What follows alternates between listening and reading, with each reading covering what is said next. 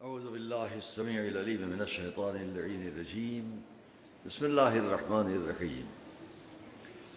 الحمد لله رب العالمين والصلاة والسلام على أشرف الأنبياء والمرسلين سيدنا ونبينا وشفيعنا أبي القاسم محمد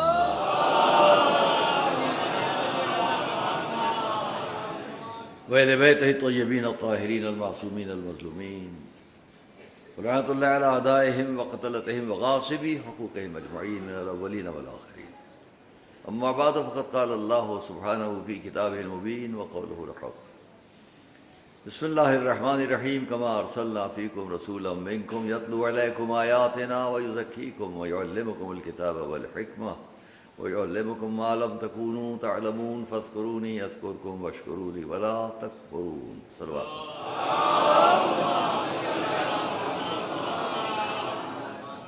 ہم سے لوگ کہتے ہیں ایسا نہ کہیے، لیکن ہم کہہ دیتے ہیں جو روڈ پر سڑک پر حضرات ہیں. ابھی مدرسے میں بہت جگہ ہے، آپ آ سکتے ہیں، آرام سے یہاں بیٹھ کے سن سکتے ہیں. جو سڑک پر لوگ ہیں ان سے میں کہہ رہا ہوں آ سکتے ہیں، جگہ یہاں بہت ہے. صلوات محمد دیر میں آج سب دیر میں آئے، مگر ہم کو اچھا ہی لگتا. انہوں نے ہمارے سلمان میں پہلے پڑھ لیا. ہاں مجھے معلوم ہے، آپ نے ہم بیٹھے نہیں تھے، آپ نے پہلے. ماشاءاللہ رونق ہوتی ہے اس مجلس کی. اور میں آپ سے یہ بھی کہہ دوں، پہلے ہی کہہ دوں، سب حضرات کو بتا دوں، نازمیہ کی مجلس کا وقت کیا تھا. مدرسے نازمیہ کی مجلسوں کا وقت میں شریک ہو چکا ہوں متعدد بار، کم سنی میں، بالکل بچپنے میں. اس کے بعد اور کچھ بڑے ہوئے جب بھی، تو یہاں کی مجلسوں کا وقت 4 بجے تھا. جو اس کو نہ معلوم ہے بتا رہا ہوں کیوں 4 سے یہ 2 ہو گیا. 4 بجے سے نازمیہ کی مجلس کا وقت 2 بجے کیوں ہو گیا. لکھنؤ کا یہ سب سے منفرد عشرہ ہے کہ جس کو اکیلے ایک خطیب نے پہلی سے 9 تک پڑھا ہو. سب سے پہلا، پہلی کوئی، دوسری کو کوئی، تیسری کو کوئی، لیکن ایک ہی خطیب پہلی سے لے کر 9 تک مسلسل ایک ہی خطیب. اس اعتبار سے یہ لکھنؤ کا سب سے قدیم عشرہ ہے. اور اس کو پڑھنے والے یہ سامنے ہیں، علامہ سید صفت حسن صاحب قبلہ، یہ پڑھتے تھے. تو وائزین میں پرنسپل اور وائس پرنسپل بھی تھے، اور یہاں کے استاد بھی تھے، اور یہاں کے شاگرد بھی تھے. 4 بجے کیسے ہو گیا، 4 سے 2 بجے کیسے ہو گیا. 4 بجے اس کا وقت تھا، ہم سب آتے تھے، شرکت کرتے تھے. وقت وہ آیا کہ نواب رضا علی خان صاحب مرحوم آف رامپور نے سرکار سعید الملت علی اللہ مقامہ اور سرکار نصیر الملت علی اللہ مقامہ، ان دونوں کی خدمت میں یہ گزارش پیش کی اپنی کہ ہم یہ چاہتے ہیں کہ ہمارے یہاں کی رامپور کی عشر مجالس کو خطاب کریں مولانا ابرار حسین صاحب قبلہ پاروی. مولانا ابرار حسین صاحب قبلہ پاروی اس مجلس کو 4 بجے خطاب کر رہے ہیں. ان کا وقت ہے، ان کا زمانہ ہے. بڑے بڑے ذاکری خطبہ پڑھ چکے اس کو. اور ابرار حسین صاحب قبلہ کی مجلس میں ہم آ کر، ہمارے استاد بھی تھے، یہاں بیٹھ کے پڑھاتے تھے. ادھر سامنے سے کھڑو کے کبھی ہم سنتے تھے، کبھی وہاں پھاٹک کے پاس بیٹھ کے سنتے تھے. بڑی بحث ہوئی کیسے ہوگا. 4 بجے وہ یہاں پڑھتے ہیں، رات کو 10 11 12 بجے آپ کیا کی مجلس ہے رامپور کی، کیسے ہوگا. فیصلہ یہ لیا گیا کہ یہ مجلس 4 بجے کی جگہ 2 بجے کر دی جائے. جب 2 بجے ہو جائے گی تو مولانا ابرار صاحب اس کو 2 بجے پڑھیں گے، 3 ساڑھے 3 تک ختم کر دیں گے، اور یہاں سے سیدھے اسٹیشن چارباغ جائیں گے، وہاں سے پنجاب میل پر بیٹھیں گے اور رامپور پہنچ جائیں گے رات کے 9:30 10 بجے. وہاں رات کی ان کے یہاں کی مجلس پڑھیں گے. آپ کے یہاں کا اس مجلس کا خطیب وہ تھا جو 2 عشرے پڑھ رہا تھا، ایک رامپور میں، ایک لکھنؤ میں. لکھنؤ میں 2 بجے سے 3 بجے تک، اور اس کے بعد اسٹیشن چارباغ، وہاں سے فوراً پورا انتظام تھا نواب صاحب رامپور کی طرف سے. اس لیے اس مجلس کا وقت 4 سے 2 ہو گیا. ہمیشہ 4 بجے کا وقت تھا. بس میں نے بہت ضمناً کہہ دیا، اس کا مقصد یہ نہیں کہ میں 4 بجے مجلس پڑھنے والا ہوں، مجلس کا وقت یہی رہے گا جو یہاں کا ہے، جو بات ہو چکی وہ ہو چکی ہے۔ ایک صلوات محمد علیہ۔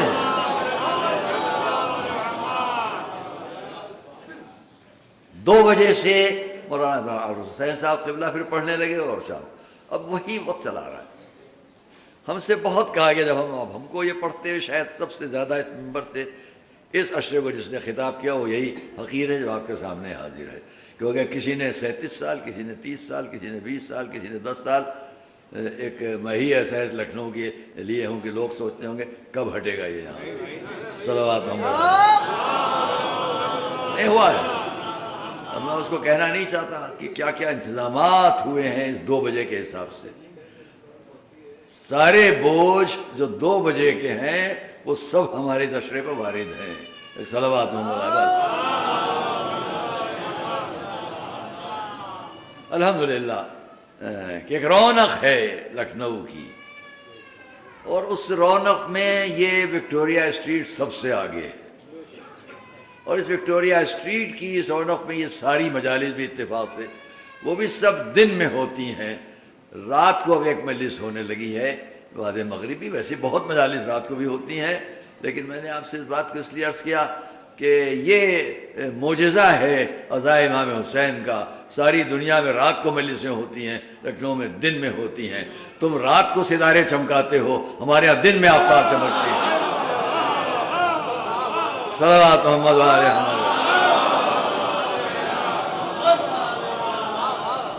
دن میں آفتاب چمکتی ہے۔ جگہ جگہ ذاکر، خطیب، مقرر، اللہ اکبر، ہر جگہ ہم سے پوچھا جاتا ہے آپ کے دن میں مجلسیں ہوتی ہیں؟ جی ہاں، جہاں بھی جائیے۔ آئیے ہم اس آج بھی وقت کے اندر گفتگو ختم ہوگی، مگر آپ کو معلوم ہے کہ 8 اور 9 محرم ہمارا وقت 3:30 تک رہتا ہے، یہ ہے، تو آج ہم بہت جلدی بات آپ کے سامنے ختم کر لیں۔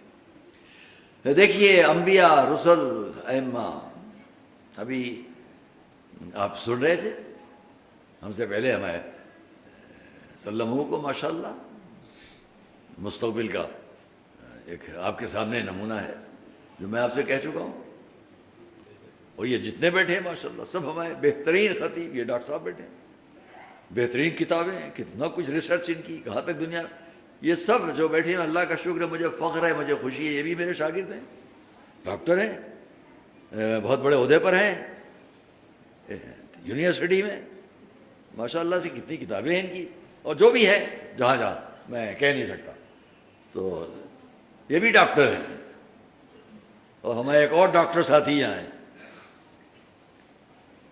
نہیں پہچانے، ایک اور ہمارے ڈاکٹر ساتھی ہیں، اتفاق ہے وہ بھی مولانا ہے، یہ بھی مولانا ہے، لیکن ذکر حسین میں الحمدللہ ان کی آواز بھی پوری دنیا میں ہے، اور جتنے حضرات یہاں پڑھ لیں جو جہاں ہیں، ہم یہ کیا ہے، انبیاء، مرسلین سب کیوں؟ ابھی ہمارے بچے سے آپ سن رہے تھے، حق پر بات، کل ہم نے آپ سے بتایا، پھر دہرائے دیتے ہیں جہاں جہاں حضرات ہیں،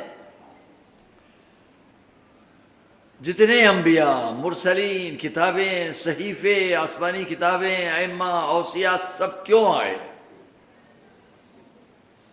کیوں آئے؟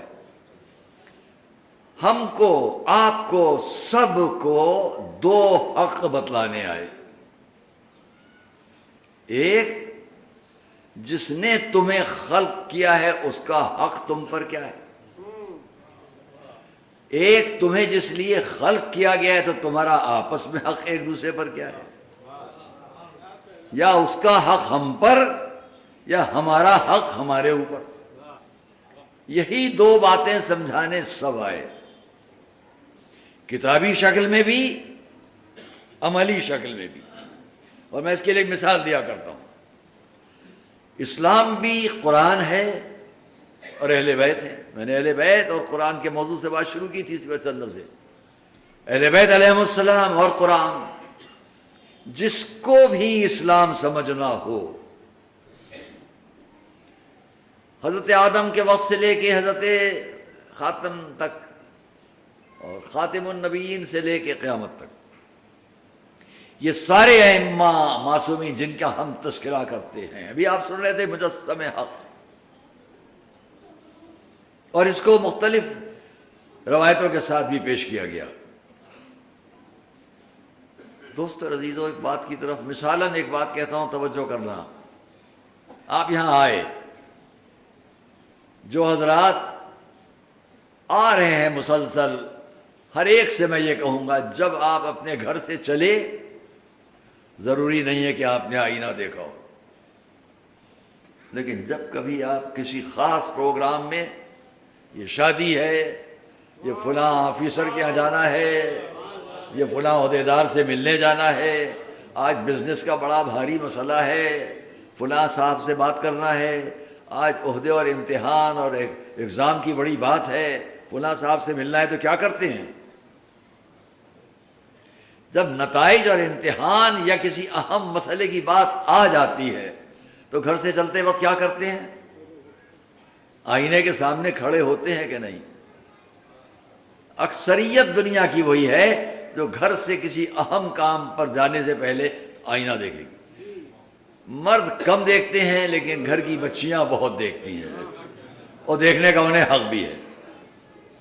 ساری عورتوں اور بچیوں کو، ان سب کو گھر سے نکلتے وقت کہیں جانا ہے، شادی بیاہ میں، کبھی کبھی ہمیں گھر میں مصیبت ہو جاتی ہے، کہ بھائی ہم کو بھی جانا ہے، آپ تو روز جاتے رہتے ہیں، ہمیں آج جانا ہے۔ ہوتا ہے کہ نہیں؟ آئینہ آئینہ آئینہ آئینہ۔ اور میں نے اپنے بعض بچوں کو دیکھا ہے، آئینے کے سامنے کھڑے ہیں، کام ہو رہا ہے، اور میں چپکا بیٹھا دیکھتا رہتا ہوں کب یہ لٹ ان کی ٹھیک ہوگی۔ یہ جو ایک لٹ گر پڑی ہے جس سے ان کو اختلاج ہے، یہ یہاں ٹھہرتی کیوں نہیں؟ پھر آئینہ، وہ پھر کنگھا، پھر کنگھی ہو رہی ہے، میں پیچھے چپکا بیٹھا دیکھ رہا ہوں کب ٹھیک ہوگی ہے۔ پھر وہ ادھر گڑبڑ کیا، انہوں نے پھر ٹھیک کیا۔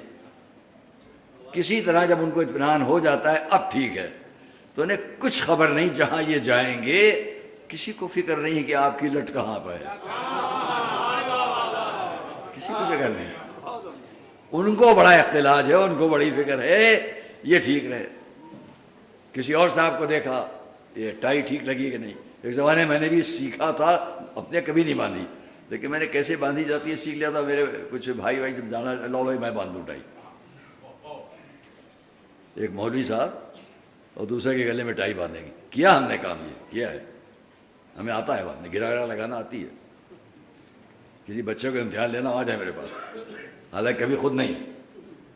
یوروپ یا امریکہ میں ہم سے کہا گیا یہ لباس پہنیے، وہ لباس پہنیے، ہم یہ نہیں کریں گے، ہم جس طرح ایسے ہی چلیں گے۔ ہاں، سر پر وہ نماز والی ٹوپی کالی کو لگا لیں گے ایئرپورٹ وغیرہ پر، لیکن یہ نہیں چھوڑیں گے۔ تو اب وہ جو یہاں پر دھبا ہے، ارے یہ کیا ہے، آپ نے دیکھا نہیں، قمیض بدل لیجیے، خراب ہے، یہ یہاں پر جیب ذرا خراب ہو گئی ہے، اس کو ٹھیک کیا جائے گا۔ ایک ایک بات کی فکر پہلے آئینے میں سامنے کھڑے رہ کر، کیا خراب ہے کیا اچھا ہے۔ اب میں ایک جملہ کہوں، آپ سب جہاں جہاں ہیں بھولیے گا نہیں۔ جو صاحب آئینے کے سامنے کھڑے ہوئے ہیں وہ یہ سمجھ رہے ہیں کہ میں آئینے میں اپنے کو دیکھ رہا ہوں۔ میرا کہنا یہ کہ آپ آئینے میں اپنے کو نہیں دیکھتے،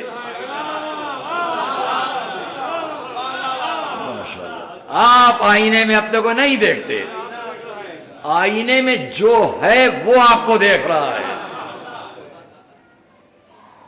آئینے میں جو ہے وہ آپ کو دیکھ رہا ہے، وہ آپ سے بتا رہا ہے یہ غلط ہے، یہ صحیح ہے، یہ ٹھیک کرو، یہ ایسا کرو، ویسا کرو۔ بس سمجھ لو کہ اہل بیت اطہار کا کردار بھی سارے مسلمانوں کے لیے ایک قد آدم آئینہ ہے۔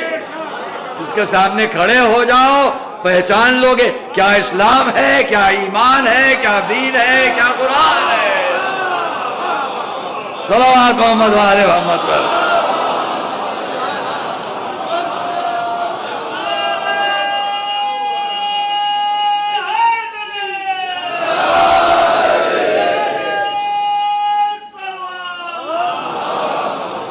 ایمان ہے، کیا اسلام ہے، کیا دین ہے، کیا قرآن ہے، دل میں کہاں پر ایمان ہے، کہاں پر کینہ ہے، کہاں پر بغض ہے، کون سا حسد ہے. یہ دل کا آئینہ بھی ہے وہ سامنے جو بتا رہا ہے. تو میں نے ایک مثال کبھی پیش کی تھی، ہم کیوں کردار اہل بیت، کردار اہل بیت، محبت اہل بیت، محبت اہل بیت پر ہم کیوں بات کرتے ہیں، محبت علی، محبت علی. پچھلے سال میں نے مثال دی، ایک کسان سے پوچھو جب گیہوں دھان بو کر آ جاتا ہے، فصل اگ کر تیار ہوتی ہے تو کیا کرتا ہے. ہم نے دیکھا ہے دیہاتوں میں کھیت میں کھڑے ہوئے ہیں لوگ، کچھ نکال رہے ہیں، جگہ جگہ سے کچھ نکالتے جاتے ہیں. آپ یہ کیا نکال رہے ہیں؟ یہ زہریلے پودے اگائے ہیں، ان کو ہٹا دیں ورنہ ہمارا پورا کھیت خراب ہو جائے گا. صلوات محمد وآل محمد پر.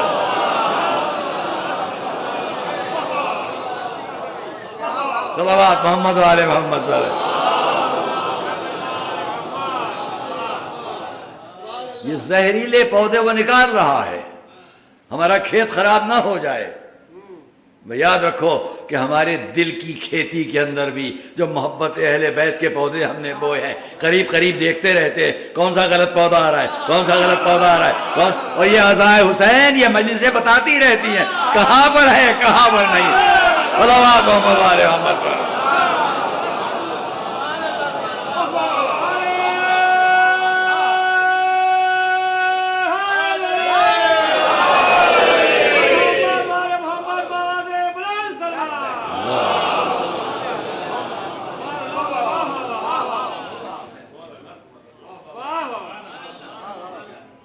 اخلاق، محبت اہل بیت اطہار.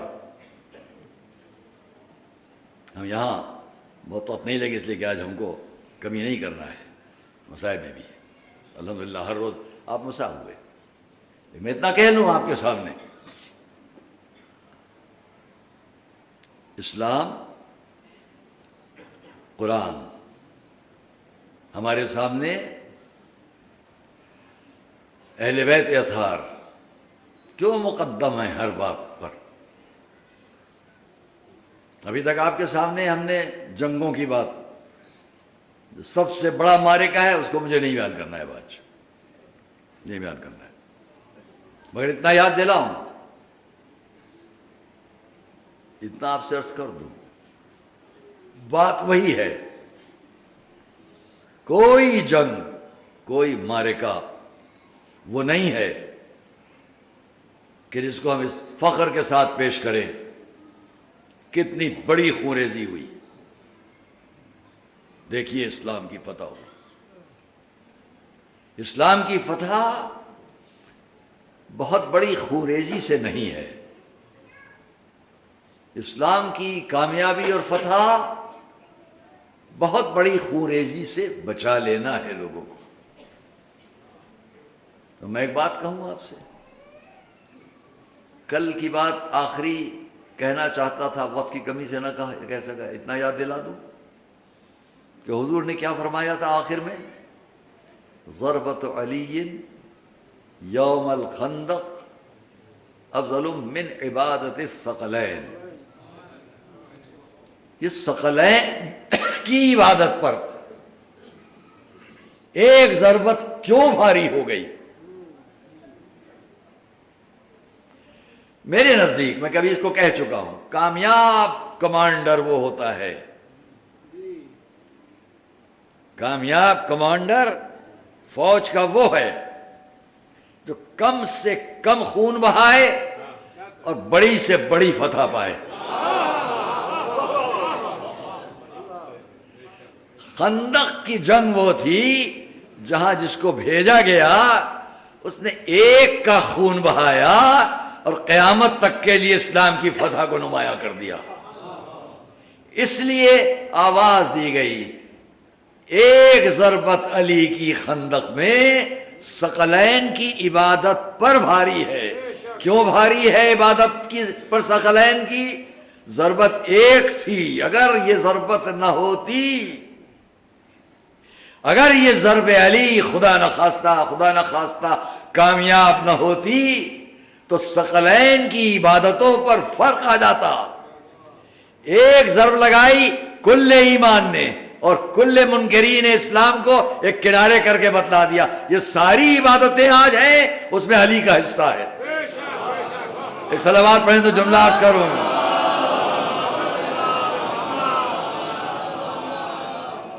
کل میں نے آپ سے کہا تھا گھوڑے سے بیٹھ کر کیسے جنگ کرے گا؟ اتر آیا، ایسا جھنڈا ہے اپنے گھوڑے کا پیر کاٹ دیا۔ گویا مولا نے سمجھا دیا کہ اب آج بچ کے نکلنے والے نہیں ہو، کیونکہ عادت مولا کی کچھ اور ہے۔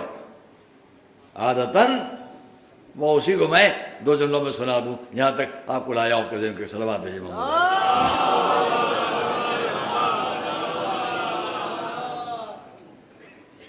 ہمارے آپ کے مولا کے لیے بہت کچھ تاریخوں میں، پہلی مجلس میں نے آپ سے کہا تھا کہ میں نے کینیڈا میں ایک گھر میں انسائکلوپیڈیا برٹانیکا کو پڑھا اور اس کے اندر بہادر کا نام صرف مولا علی، باقی اور تفصیلات دوسروں کے لیے، یہ کوتاہیاں ہم لوگوں کی کہ کچھ نہیں جانتے ہیں باہر والے، اتنا ضرور جانتے ہیں کہ اہل رسول میں بہادر ایک ہی تھا۔ صلوات محمد علیہ۔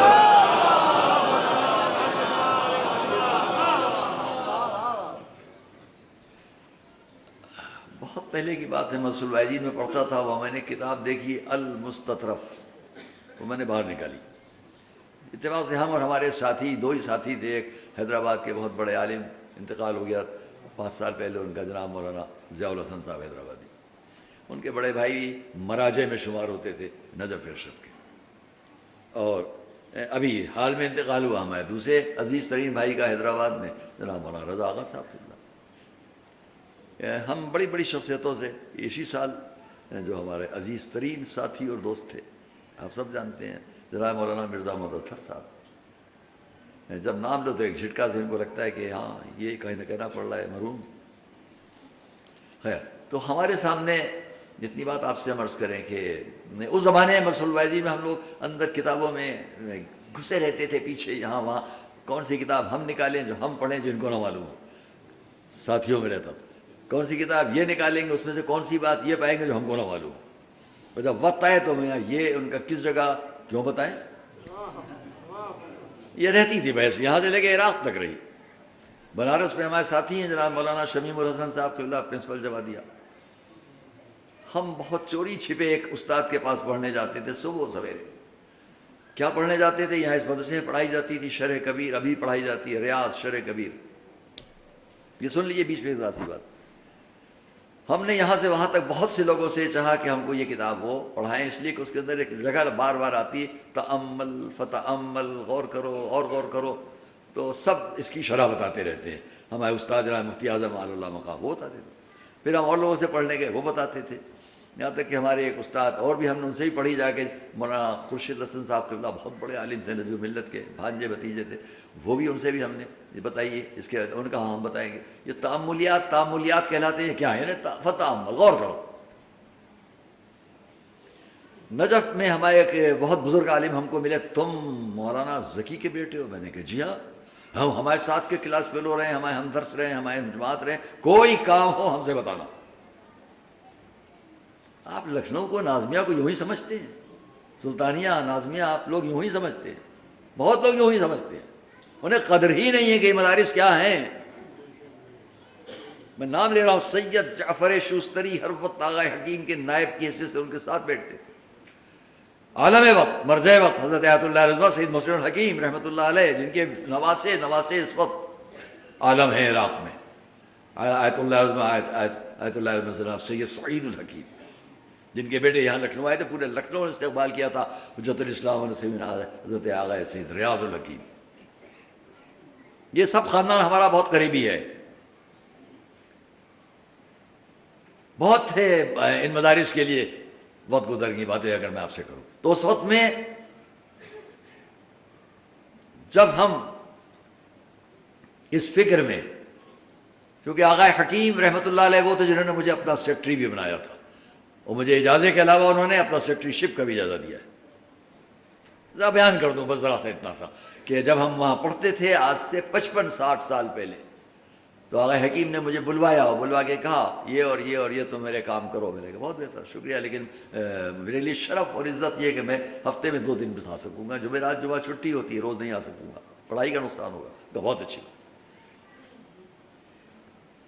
وہاں ان کے سمدھی تھے حضرت آیت اللہ المرحوم شیخ محی الدین امام خانی، وہ ہمیشہ تردد میں رہتے تھے کہ اپنے کو سید لکھو کہ شیخ لکھو، محی الدین امام خانی۔ اتنی احتیاط تھی کہ تھے سید، مگر شک ہو گیا تھا کہ میرے دادا پر دادا شیخ تھے کہ سید تھے، لہذا اپنے کو شیخ ہی لکھتے تھے۔ خیر، وہ بھی میں نے ان سے سید جعفر شستری، بہت بڑی شخصیت، اور ہم کو جب ملے تمہارے باپ کے میں دوست اور ہم جماعت و ساتھی، تو میں نے ان سے اتنا کہا، میں جلدی اس کو بیان کر لوں، کسی وجہ سے کہہ رہا ہوں، میں نے ان سے کہا کہ ان کا تو آج کچھ پڑھنے وڑھنے کی تکلیف ہو میرے پاس آ جانا۔ ہم نے ان سے کہا وہیں پر کھڑے کھڑے صحن حرم میں، بہت محبت سے میں نے کہا، بڑے لجاجت سے کہا، ایک کتاب میرا پڑھنے کو دل چاہتا ہے، آپ پڑھا دیں گے؟ ان مدارس کی قدر کریں آپ، یہاں سے بول رہا ہوں، اس تاریخ کہہ رہا ہوں۔ ہاں ہاں، کون سی کتاب؟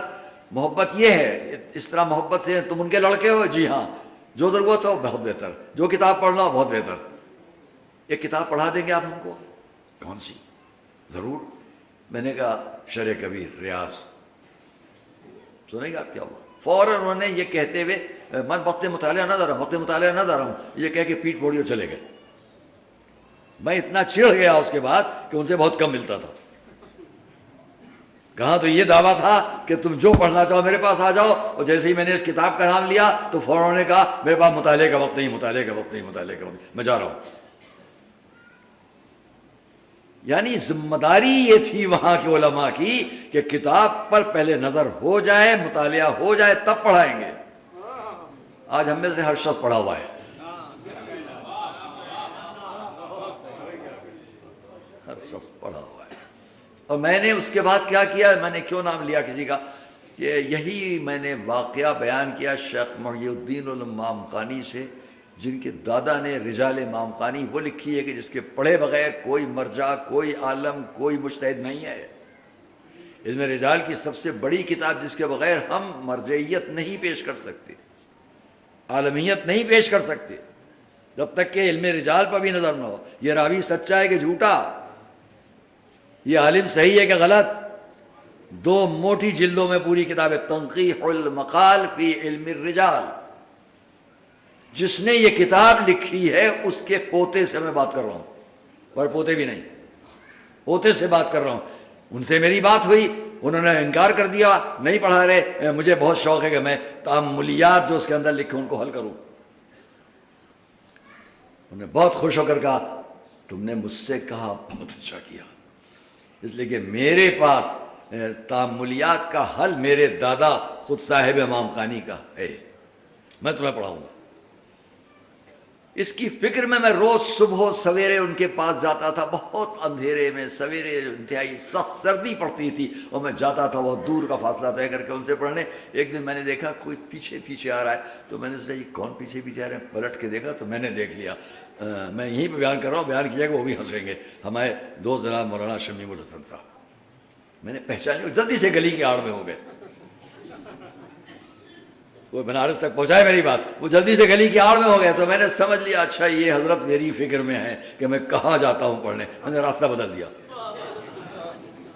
اس طرح ہم لوگ ایک دوسرے سے چھپاتے بھی تھے، لیکن جب میں نے ہندوستان میں ایک دن ان سے کہا آپ بڑی ترکیب میں رہتے تھے کہ پتہ لگا لیں کہ میں کہاں جا رہا ہوں، کیا پڑھنے جا رہا ہوں، میں نے نہیں بتایا آپ کو، آج بتا رہا ہوں میں نے یہ پڑھا، تو میں بھی آج آپ کو بتا رہا ہوں میں نے پتہ لگا لیا تھا کہ آپ کہاں جا رہے ہیں۔ صلوات محمد علیہ۔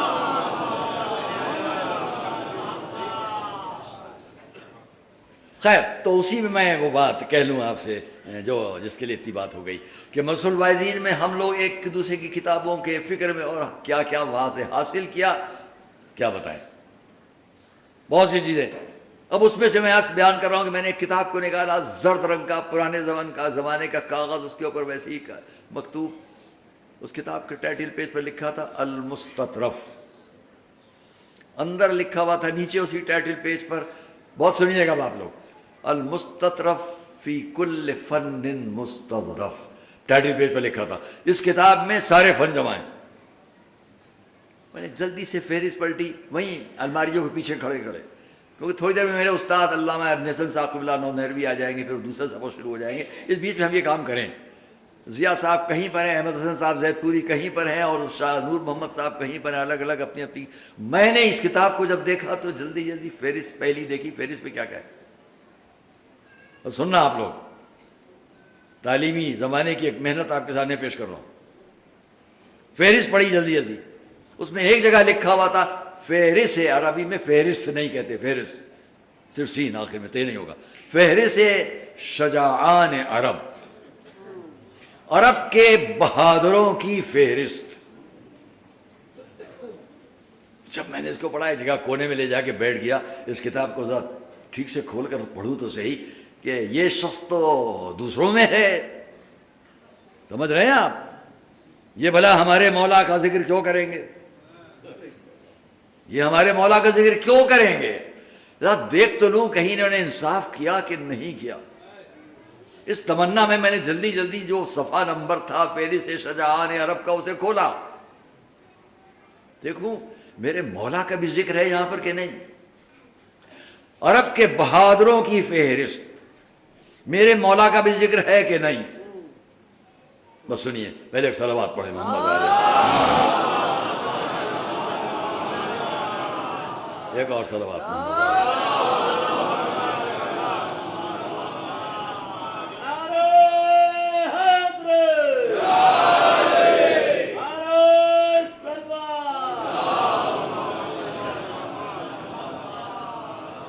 اور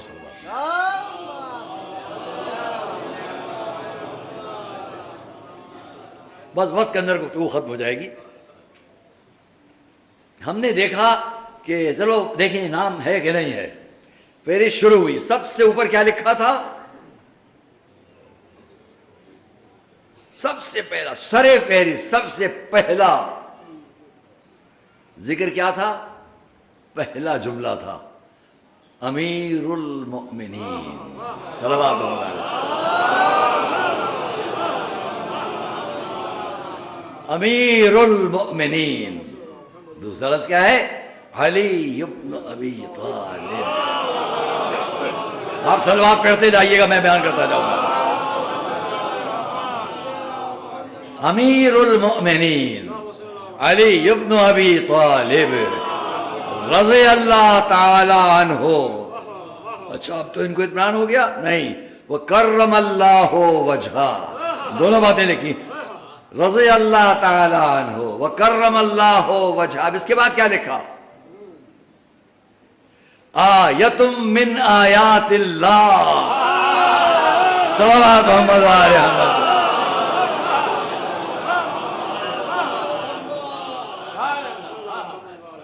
امیر المؤمنین علی ابن ابی طالب رضی اللہ تعالی عنہ وکرم اللہ وجہہ، کرم اللہ وجہہ۔ اب کیا ہے؟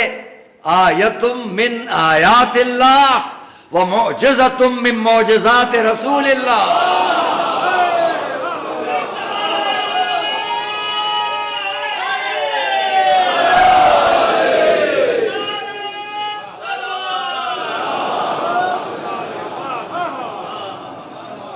کیا فائدہ کہ آگے کے جملے سن کر سب مجمع صلوات پڑھے، پہلے ہی پڑھ دو ایک۔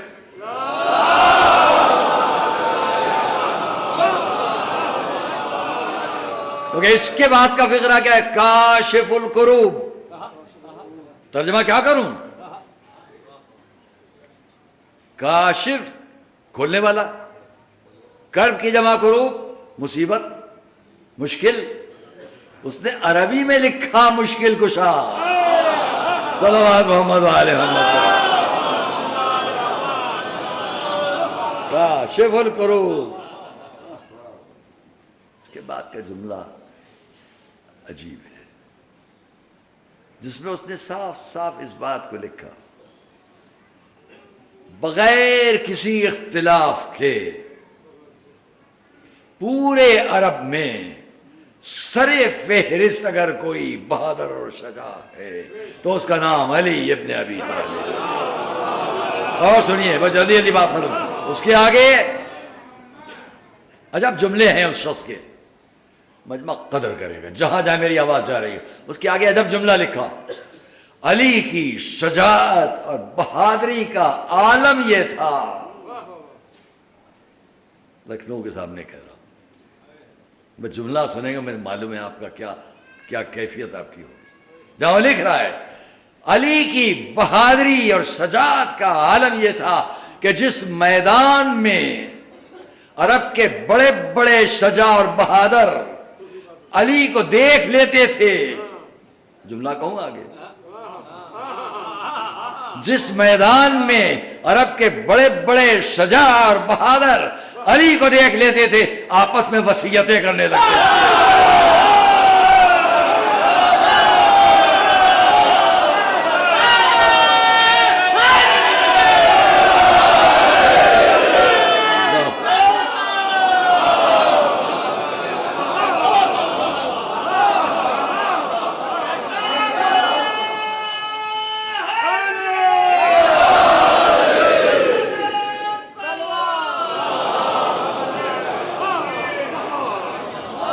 صلوات بلند آواز سے محمد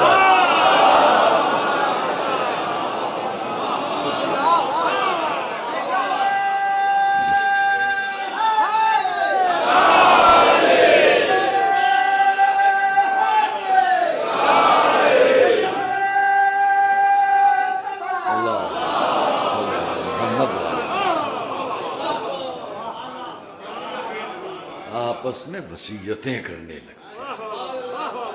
اور پھر بڑا قدر فرمائیے گا جملے۔ کل میں آپ کے سامنے آیات نہیں پڑھ سکا، جنگ بدر احد آیات، ان میں سے ایک آیت کی آخری لفظ ہے مسومین، ہم 5000 ملائکہ کو بھیجیں گے تمہاری نصرت کے لیے، گھبرانا نہیں، جو جہاں بھیج دیں گے وہاں ڈٹے ہوئے ہوں گے۔ ترجمہ یہی ہوگا، مسومین، ڈٹے ہوئے، نشانات ڈٹے ہوئے۔ آئیے کیا ہوا، ایک منظر یہی صاحب المستطرف لکھ رہے ہیں، میں حوالہ دے رہا ہوں، جس کا دل چاہے جا کے دیکھ لے۔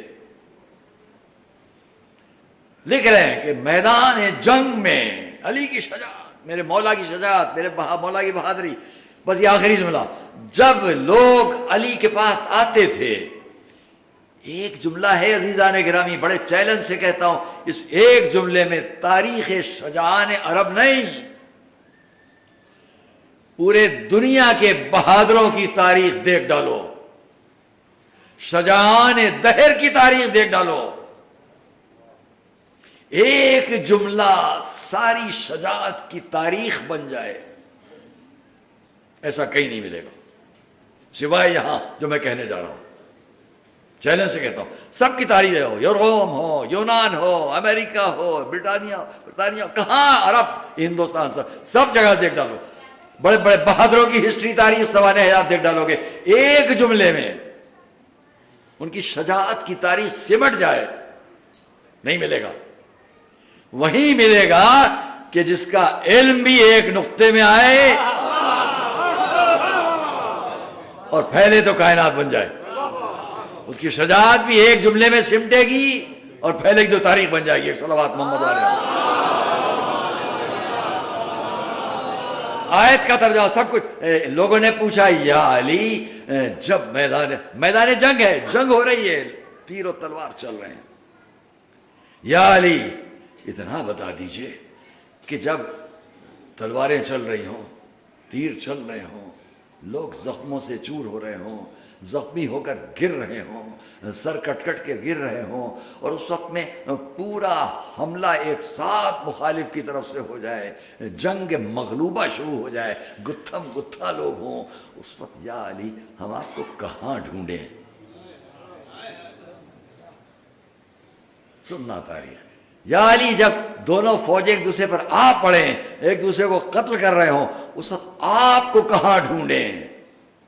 بس ایک جملہ، ایک لفظ، جیسے ہی پوچھا ہم آپ کو کہاں ڈھونڈیں، ایک ہی لفظ فرمایا، حیث ترکتمونی، جہاں تم نے مجھے چھوڑا ہو۔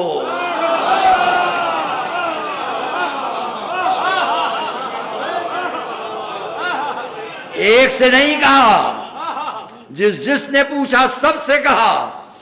ہر ایک نے بدر میں کہاں دیکھا؟ علی علی علی علی علی علی، ہر جگہ علی۔ اپنے قول کی صداقت پیش کر رہے ہیں، جہاں چھوڑا ہو، جہاں چھوڑا ہو، جہاں چھوڑا ہو۔ تم ملائکہ سمجھتے رہے، ہر جگہ علی علی علی۔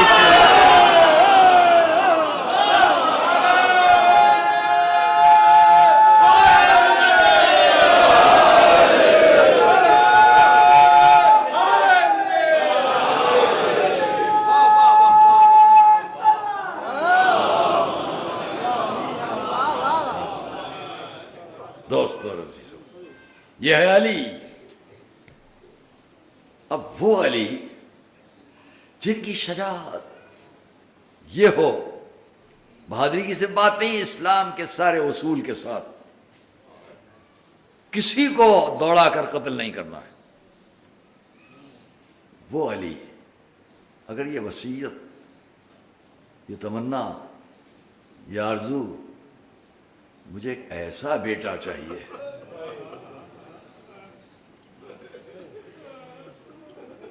جو حسین کی نصرت کرے۔ دوستو اور عزیزو، خیال کرو کس کو فکر ہے کہ کربلا میں حسین کی نصرت کیسے ہو؟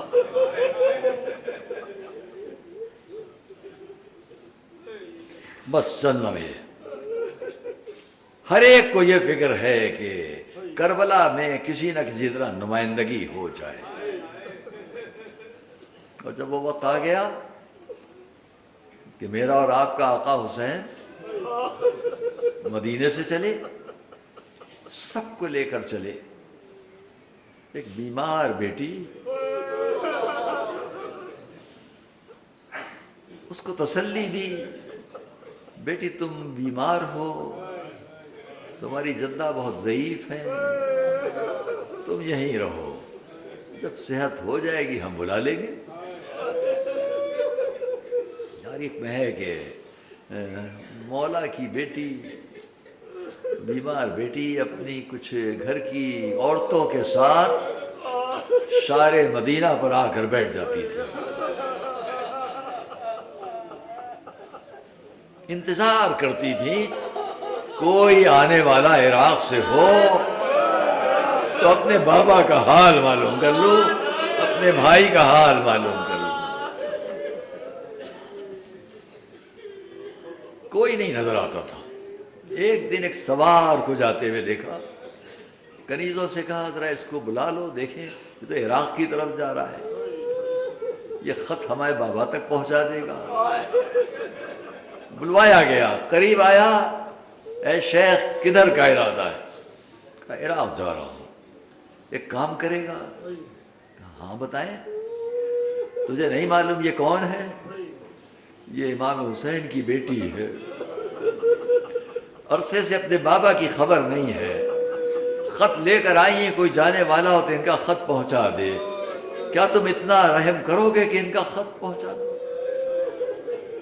کہا بی بی وعدہ تو نہیں کرتا لیکن پوری کوشش کروں گا کہ اگر ہو جائے میری سامنے زیارت آقا کی تو میرے لیے اس سے بڑا شرف کیا ہوگا، کہ بڑی عزت میری ہے، میں خط پہنچا دوں گا۔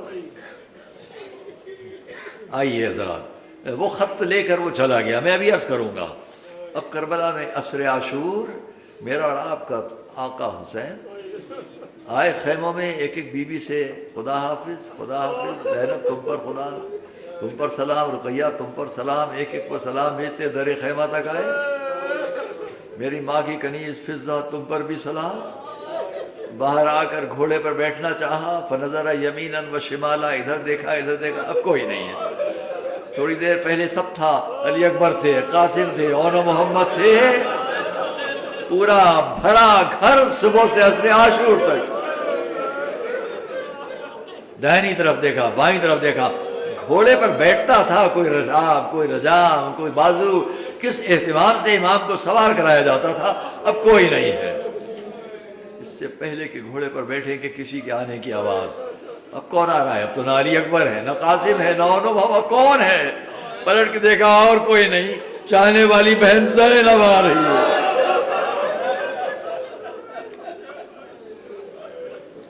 قریب آئیں. بھیا یہ نہ سمجھیے گا آپ کو کوئی خدا حافظ کہنے والا نہیں، یہ آپ کی بہن زینب آپ کو خدا حافظ کہے گی. بہت جلدی بات کو تمام کروں گا انشاءاللہ. مصعب ہو گئے جو جہاں جہاں ہیں کہ اتنے میں جناب زینب بڑی، مگر اتنا عرض کرتی ہیں بھائی بھیا ذرا ایک کام کیجئے، ذرا گلے سے ردہ ہٹا دیجئے. امام نے گلے سے ردہ ہٹائی. بہن نے دوڑ کر بھائی کے گلے میں ہاتھ ڈالا. کبھی پیشانی چومتی ہیں، کبھی گلا چومتی ہیں اور کبھی سینہ چومتی ہیں. پیشانی، گلا، سینہ، اور ہاتھ اٹھایا مدینے کی طرف. آواز دی مادر گرامی گواہ رہیے گا، امانت پہنچا دی. امام نے پوچھا بہن زینب یہ تم نے کیا کہا، یہ کیا کیا؟ کہا بھیا سن لیجئے، کم سن تھی، ماں کی گود میں بیٹھی ہوئی تھی کہ ماں نے میرے سر سے چادر ہٹائی، میری پیشانی کے بوسے لیے، میرے گلے کے بوسے لیے، اور اتنا کہا بیٹی زینب یاد رکھنا ایک وقت آئے گا میرا حسین دشمنوں میں اکیلا ہوگا، اس کی پیشانی پر تیر لگے گا، گلے پر خنجر چلے گا، سینے پر گھوڑوں کی ٹاپیں ہوگی، میری طرف سے بوسے لے لینا. زینب نے کہا میں نے امانت پہنچا دی.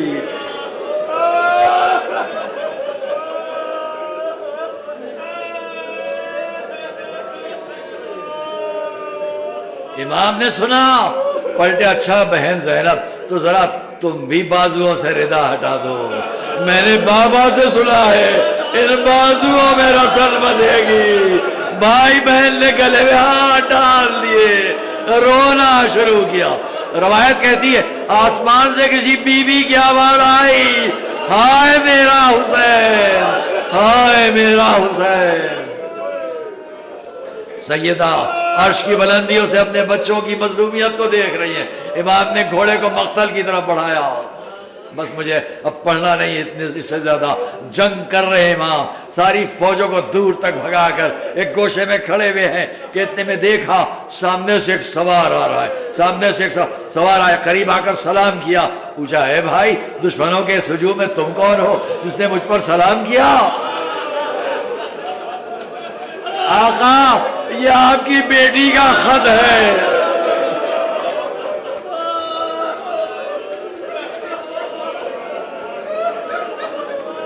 آقا یہ آپ کی بیٹی نے خط دیا تھا. میں نہیں کہہ سکتا معجزے سے آیا، ملک تھا، کون تھا، مگر امام نے خط لیا. اب جو کھولا آپ سنیں گے کیا کیا لکھا تھا. بابا جب سے گئے آپ نے وعدہ کیا تھا میرے بھائی علی اکبر کو بھیجیں گے، مجھے واپس بلائیں گے.